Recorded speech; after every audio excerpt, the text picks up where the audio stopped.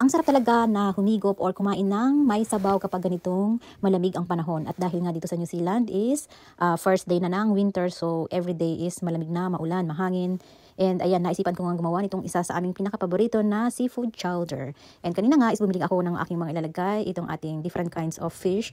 Meron din tayo ditong other seafood. Bumili ako dyan ng squid, may clams, may mussels, shrimp. Ayan, ito yung ating mga ilalagay dito sa ating gagawin na seafood chowder. Ayan, pag pumupunta kami kasi sa labas, is ito yung lagi kong in-order, yung seafood chowder with matching garlic bread. And ang una nga natin ginawa dito is, after natin ma-prepare yung ating mga ilalahok ng mga seafood is, maglalagay lang ako dati dyan sa ating pot ng butter. I-melt natin and then saka natin ilalagay itong ating white onion and then after that is lagyan natin siya ng konting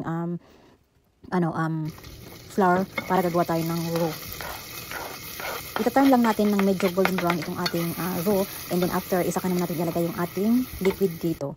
And then after nyan is ilalagay natin yung ating mga choices ng ating vegetable. So ang nilagay ko na vegetable ngayon is pumpkin and itong ating kumara. Usually ang nilalagay talaga is yung mga potato dahil ang potato is very starchy nga. So sabi ko is ito na lang ating ilalagay, itong ating pumpkin and kumara. And syempre, habang nakasalang itong ating seafood chowder at nagpapakulo tayo or pinapalambot natin yung mga vegetable dito is nagprepare naman ako nitong ating mga garlic bread. And then, i-bake lang natin siya mamaya dyan ng 180 for mga about 10 minutes. Masarap kasi talaga kapag itong seafood chowder natin is may partner na garlic bread dahil iyan talaga yung best partner nito. And then, habang nagpapakulo nga tayo nitong ating vegetable is ilalagay naman natin itong ating mga seafood. Ayan, ito yung ating fish na hiniwa ko kanina na into cubes. Ayan, bali tinanggalan ko na din yan ng mga tinik-tinik. Siyempre, dapat walang tinik din sa ating seafood. And dito naman sa ating seafood is depende sa inyo kung ano yung choices nyo na ilalagay dyan. Any seafood is pwede. So, ito ang ilagay ko dito is itong ating salmon. And then, itong ating hiniwa ko na tarakihi, tawag doon sa isda. Tapos may prawn, may malalaki at medyo mayroong maliliit. And then, meron tayong clams, squid, and itong ating mussels.